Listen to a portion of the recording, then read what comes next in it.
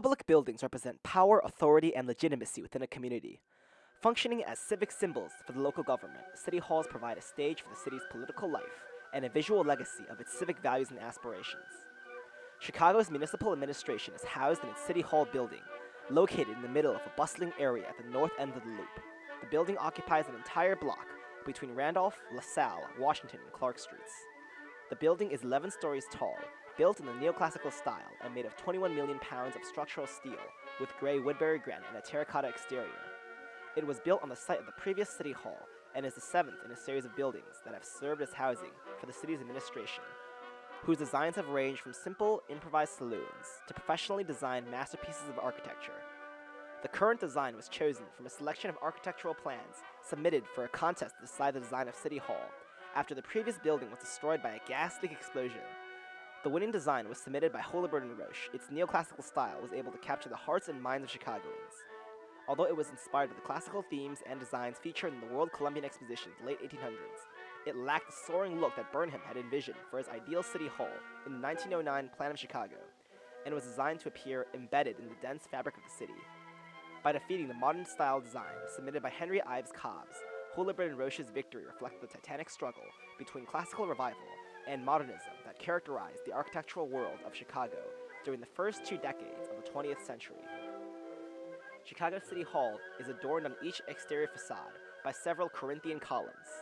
At the time of the building's construction, these columns were the largest in the world, and their design and position was seen as improper and criticized for defying the scale and proportions of the traditional classical style.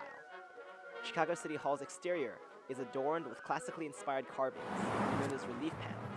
The panels feature sculptures depicting aspects of the city of Chicago and its government, such as playgrounds, schools, parks, and water supplies.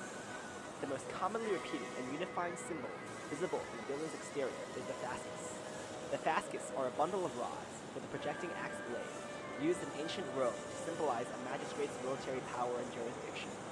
It should not be surprising that a municipal government, especially of a city with such reputation and social dynamics as Chicago, would choose to portray itself with fasces.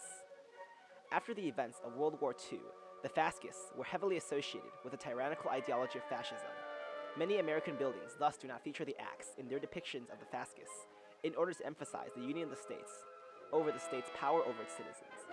However, Chicago City Hall has kept the use of the axe, as it is a symbol of capital punishment and martial power. In a city famous for being rife with crime and corruption, such ideals serve to combat these perceptions. Additionally, the municipal government might not want to disassociate themselves from dictators at all. Powerful Chicago figures, from crime lord Al Capone to the 21-term mayor Richard J. Daley, have been given the nickname of Caesar. Such figures understood the necessity of strength in order to maintain power, and as such ruled Chicago with an iron fist.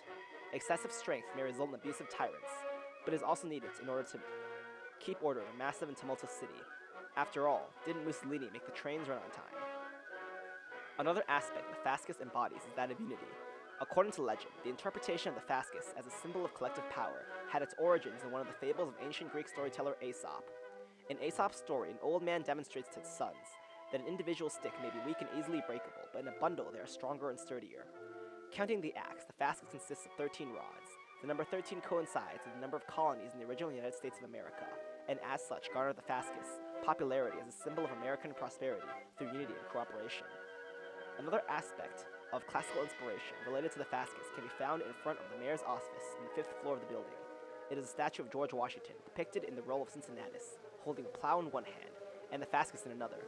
The statue was moved in under Harold Washington 8 years after they took the seat of mayor after the long tenure of Richard J. Daley. Although the exact reason for the placement of the statue is unknown, it can be related to the legend of Cincinnatus. Lucius Quintus Cincinnatus was a famed Roman statesman who accepted the office of dictator when Rome was in dire need of guidance through difficult turmoil and warfare. After he fulfilled his duties and ensured the safety and prosperity of Rome, he stepped down from power to return to an agricultural life with the plow.